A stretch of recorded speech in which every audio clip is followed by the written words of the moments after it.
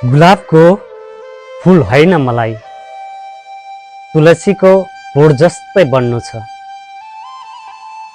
जसलाई रोजेर होइन मान्छेले आवश्यक पर्दाखेरि खोज्न परोस्।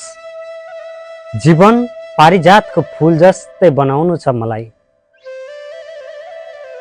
जसले रिस उठेर निमोठेर फाल्दा पनि उसको हातमा बास्ना भने आइरहोस्।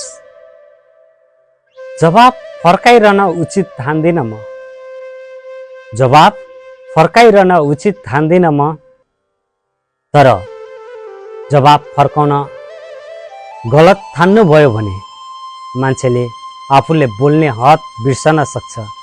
त्यसैले बोल्ने हद बिर्सन नदिनको लागि आफू पनि सजग रहनुहोला अनि अरूलाई पनि सजग गराउनुहोला।